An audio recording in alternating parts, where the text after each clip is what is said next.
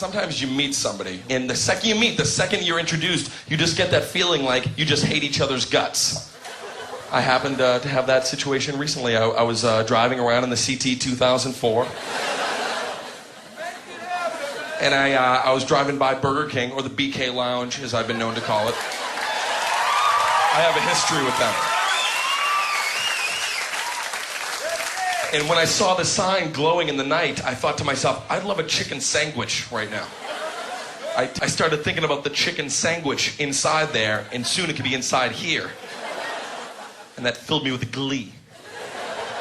So I pulled in, and I went inside to order my chicken sandwich. And this is what happens between me and the counter help there, okay? I'm standing there, and I'm waiting, and I don't know this guy yet. We have not met in the past. I'm thinking about my chicken sandwich. That's all I'm thinking about. And then I look up at the menu, and I have to say this. I don't know who the photographer is who does the French fry shots. He's fantastic. He's the best. Just the way the fries are shooting up out of there, they're dancing out of that box like they've just been freed from some kind of purgatory. Those fries look like a glamour shot. They're just fantastic. So I'm standing there, I'm thinking chicken sandwich. Now I'm starting to think fresh, hot French fries in my belly as well. And it's making me feel very proud.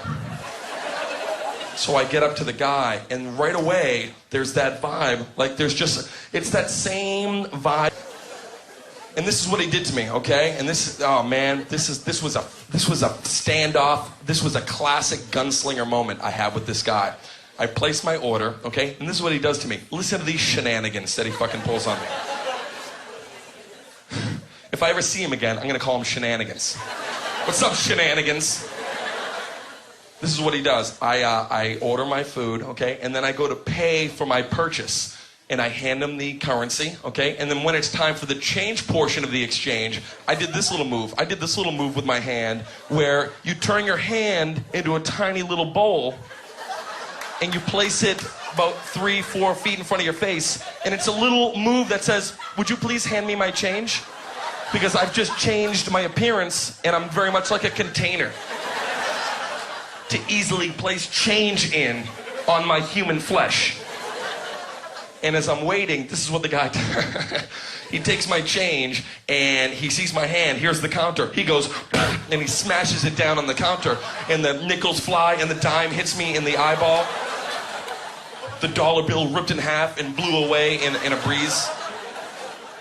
And I was pissed off. I was in the red, and the only thing that kept me from snapping, the French fries. I looked up at that picture, and they just looked so dandy. They looked so joyous that it put me back down in the yellow, or the mustard, as I call it. I decide I'm not going to get into it. So I sit down at the booth, right? And I'm just about to get into it, and then I realize there's no ketchup on this fucking tray. So I go up to the guy, okay? He's helping another woman, and I just want to remind you who the guy is. He's a fucking douchebag, but I don't know why. It's just a feeling I get. He's helping this lady, and again, because I'm in charge, because I need ketchup, and I'm the most important person in the entire world, I lean in, and he's talking to her, and I start to go, excuse me, can I just get a couple of... And right in the middle of it, this is what he does to me, okay? He leans over to me, and he goes, 1 second, pal. Calls me pal. And let me tell you something. When somebody calls you pal, and you're not pals, fuck that. You know what I mean, too. 1 second, pal. It was the way he said the word pal. To you, sounds like pal. To me, sounded like fuckface. I still heard pal, but it was centered in a fuckface coating. It was like 1 second, fuck pal face. That's what I heard. That's honestly what I heard. And I was embarrassed. I was sullen. I was downtrodden, okay? I stepped back up and I go, no problem, buddy. Yeah. I went with buddy. No problem, buddy. And I even did that little head flick. And I furrowed my eyebrow right here, the best as I could, like very Klingon-like, but not as extraordinary.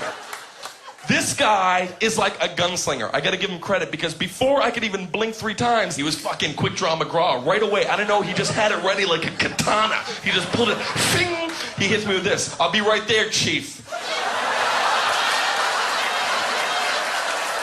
I'm not a chief. I'm not an Indian chief. I'm not the chief of police.